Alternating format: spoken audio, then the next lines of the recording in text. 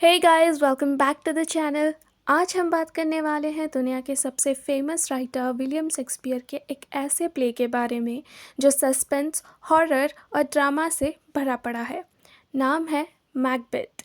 ये कहानी एक ऐसे हीरो की है जो अपनी ही लालच की वजह से विलन बन जाता है। अगर आपको ये थ्रिलर मूवीज़ पसंद है तो ये ड्रामा आपको हिलाकर रख देगा। तो चलिए शुरू करते हैं।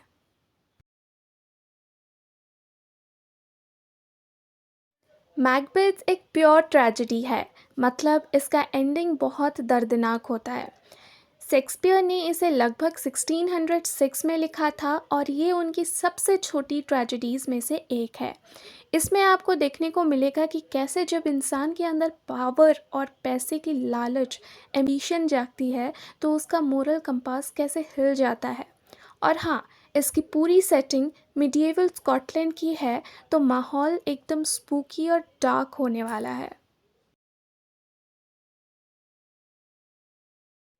अब बात करते हैं इस मास्टरपीस के क्रिएटर की, विलियम शेक्सपियर। इन्हें बार्ड ऑफ एवन भी कहा जाता है। इन्होंने अपने लाइफ टाइम में 39 प्लेज और 154 सोनेट्स लिखे हैं।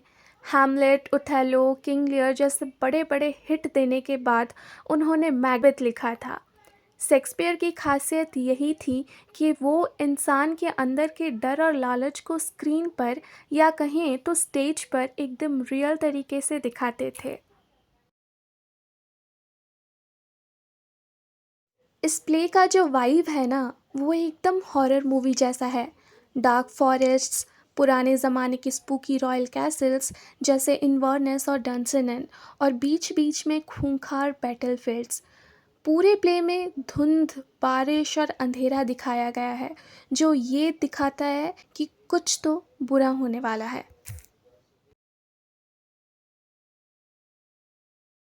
शेक्सपियर ने ये स्टोरी हॉलिनशेड्स क्रॉनिकल से इंस्पायर होकर लिखी थी। उस वक्त इंग्लैंड में किंग जेम्स वन का राज था, जो खुद विचक्राफ्ट यानी कि जादू टोना में बहुत बिलीव करते थे। इसीलिए प्ले में चुड़ैलों, विचेस का रोल बहुत बड़ा है। प्लस उस वक्त एक रियल लाइफ इंसिडेंट हुआ था, जैसे कि गन पावर प्लॉट 1605 में, जहां राजा को मारने की साजिश हुई थी। उसी हॉट टॉपिक पर शेक्सपियर ने ये ड्रामा सेट किया।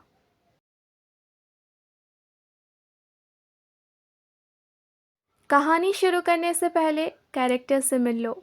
मैकबेथ, जो शुरू में एक ब्रेव जनरल है पर बाद में टायरेंट, जालिम बन जाता है। लेडी मैकबेथ, मैकबेथ की वाइफ, जो उससे भी ज़्यादा एम्बिशियस और डेंजरस है। डंकन, स्कॉटलैंड का सीधा साधा और नेक राजा। बैंको, मैकबेथ का सबसे पक्का और लॉयल दोस्त। मैकडफ, इस कहानी का असली हीरो जो बदला लेगा। मैल्कम, किंग डंकन का बड़ा बेटा और राइटफुल हेड। और लास्ट में थ्री विचेस, जो आग में घी डालने का काम करती हैं। स्टोरी शुरू होती है एक जंग के मैदान से। स्कॉटलैंड जंग जीत चुका है थैंक्स टू मैकबेथ एंड बैंको। दोनों घर लौट रहे होते हैं, तभी उन्हें रास्ते में मिलती है तीन अजीब चुड़ैलें, विचेस।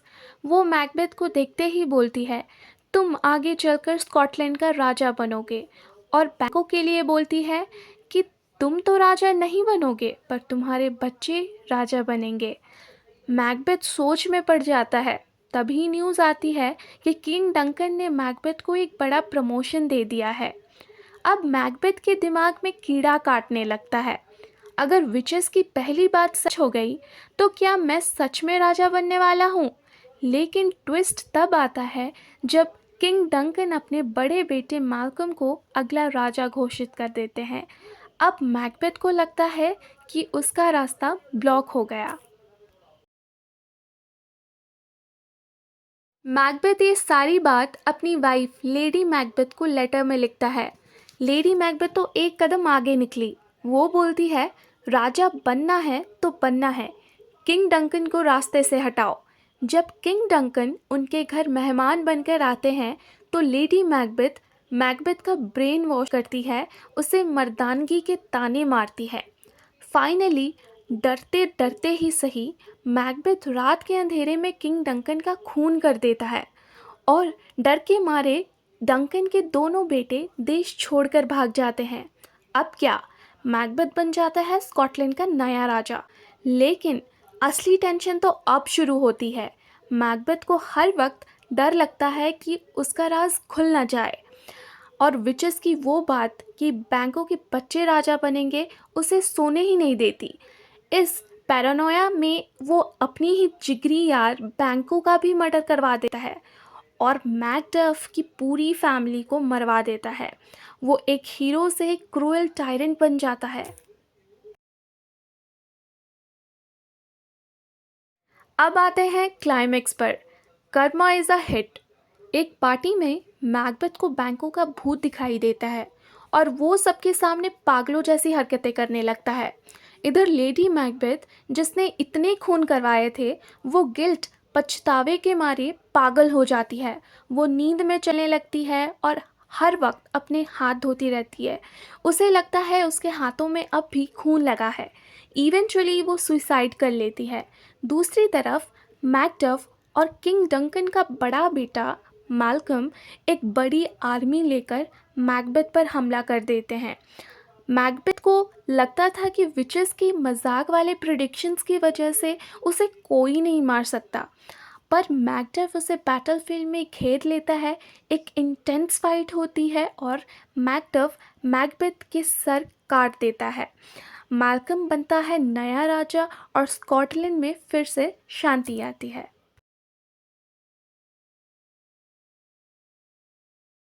तो इस पूरी कहानी से हमें क्या समझ आता है?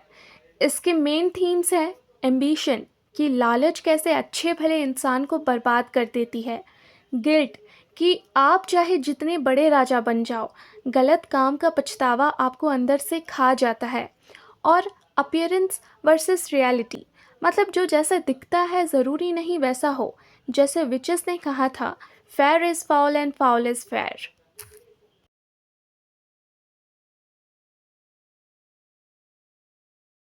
प्ले में कुछ कमाल के सिंबल्स यूज़ हुए हैं, जैसे ब्लड जो गिल्ट को दिखाता है, डैगर खंजर जो वायलेंस का सिंबल है, और कुछ आइकॉनिक डायलॉग्स हैं जैसे लेडी मैकबेथ का पागलपन में बोलना, आउट डैम्ड स्पॉट, अपने हाथ से खून का दाग हटाते हुए, या मैकबेथ का सब कुछ खोने के बाद बोलना, tomorrow and tomorrow and tomorrow, जो लाइफ की एम्प्टीनेस को दिखाता है।